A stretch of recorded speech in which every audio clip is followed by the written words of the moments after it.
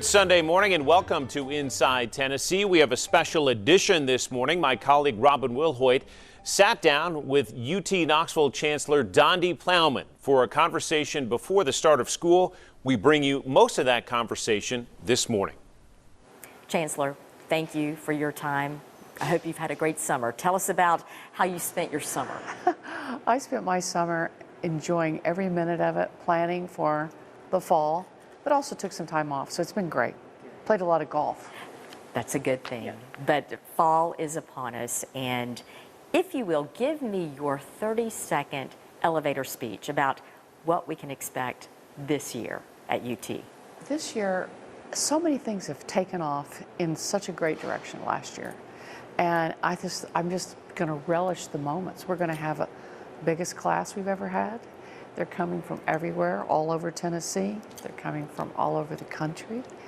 If you look at our athletic department, all the things that have happened, everybody's just excited to get back, and it's like, let's go. So that's kind of the elevator speech, I guess. They're all coming back, and with that, students moving onto campus.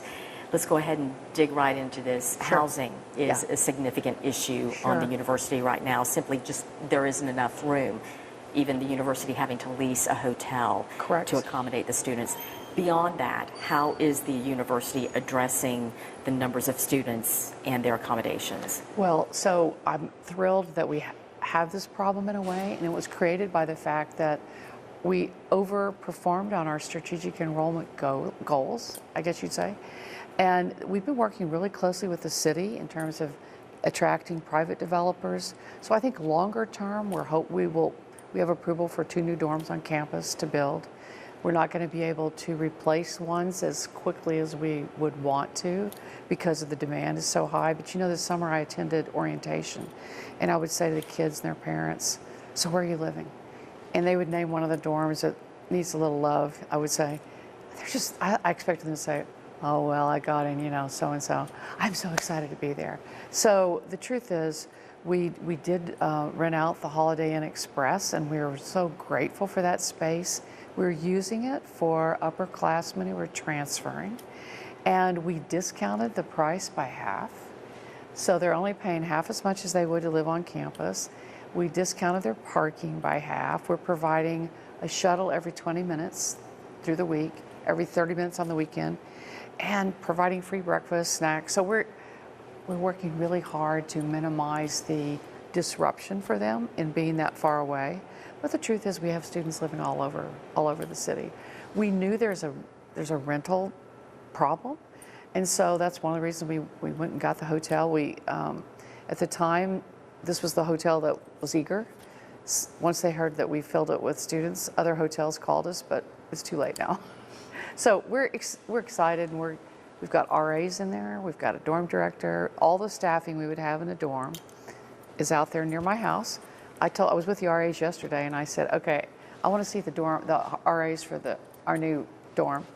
And I said, I'll come by anytime on my way home and say hi to students. So we're doing everything we can to make them feel the same love that I think students have gotten used to feeling on campus. Ideally, it would have been better to have the infrastructure in place before you had this insurgence. We should have planned that 10 years ago. Right. It takes a long time to build a building, but we've got several things in the works that we're working on. Yeah, let's talk about that. What is your vision for housing going forth, and does that include development on the south side of the river? So the big news is we are really eager to finally build that bridge, pedestrian, and also I think for some maybe electric shuttle or bikes, definitely.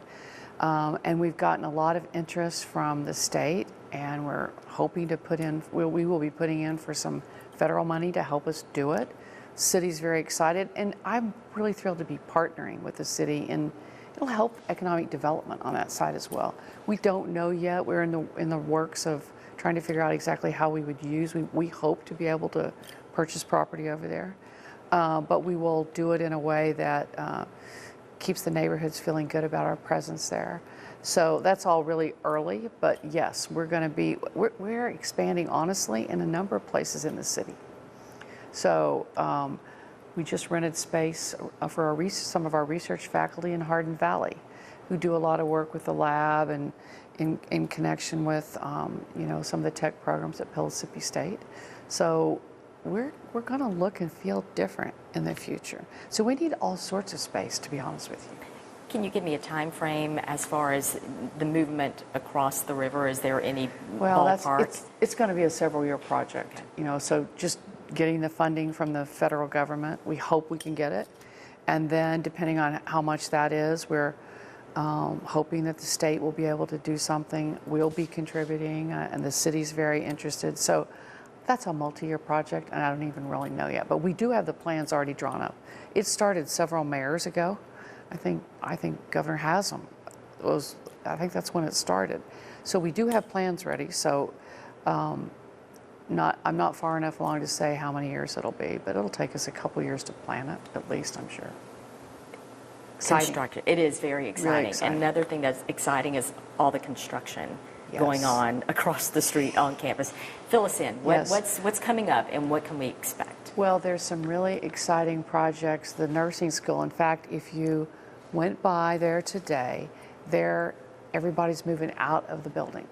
And actually, when I drove by, I saw one of their, let's see, we do a lot of simulations over there, and let me say, I thought someone was going to the hospital. It looked like a stretcher, but it was going into a moving van, so I knew what it was. So they're moving out different places on campus because we're building a new building. And that's going to be really exciting. It's going to allow us to graduate more nursing students, and you know the nursing shortage we have. So we're excited about that. We'll be able to hire some new faculty. A lot of people want to know what's going on in Neyland. I've not sneaked in there to peek at it, but other people I know have told me all about it. The west side, the lower west side is going to be beautiful.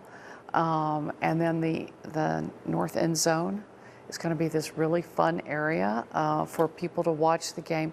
Danny White has really been accelerating our development of more modernized, better fan experience. A lot of people want to come to a game. They don't want to sit in a chair like this. And so we're putting in some of the amenities you might see where pro teams play. And so it's going to be exciting. So that part will be ready by the first game, which is coming up soon. That's exciting.